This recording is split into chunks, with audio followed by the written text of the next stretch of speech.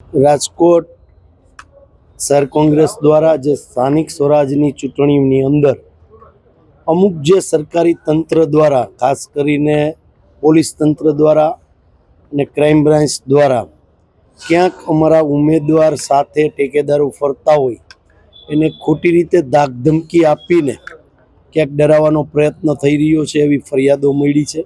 એ બાબતે રજૂઆત કરવાના છે. સમગ્ર રાજકોટ પોલીસ તંત્ર છે એના અમુક ચોક્કસ અધિકારીઓ, બધા નહીં, પોલીસ તંત્ર સારી રીતે કામ કરે છે, પણ અમુક જે લોકોના હિસાબે સમગ્ર રાજકોટના પોલીસ બેડાને છાંટા ઉડે એવું કામ કરી રહ્યા છે.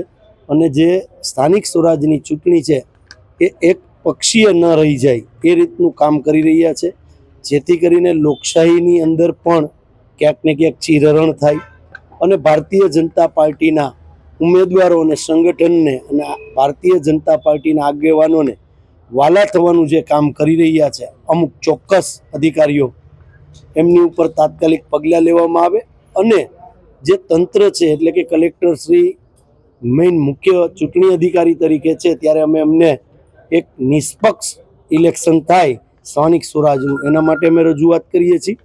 અને ક્યાંક ને ક્યાંક આચારસંહિતા ભંગની ફરિયાદો અમે કરવા બેસીએ તો હજારોમાં ફરિયાદ થઈ શકે, પણ અમે રાહ જોઈ રહ્યા છીએ કે તંત્રની નૈતિક જવાબદારી છે કે આચારસંહિતા ભંગની ફરિયાદ વિરોધ પક્ષ કરતા પહેલાં તંત્ર એના ઉપર ધ્યાન રાખે છે કે નહીં. પણ દુઃખ સાથે કહેવું પડે કે અનેક ફરિયાદો અમને મળી છે. અમે આચારસંહિતાની એક ફરિયાદ એટલા માટે નથી કરી કે આ તંત્ર છે એ શું કરે છે. તંત્રની નૈતિક જવાબદારી છે, ચૂંટણી અધિકારી તરીકે કલેક્ટરશ્રીની જવાબદારી છે કે જ્યાં જ્યાં આચારસંહિતા ભંગ થતી હોય ત્યાં તાત્કાલિક પગલાં લેવા જોઈએ.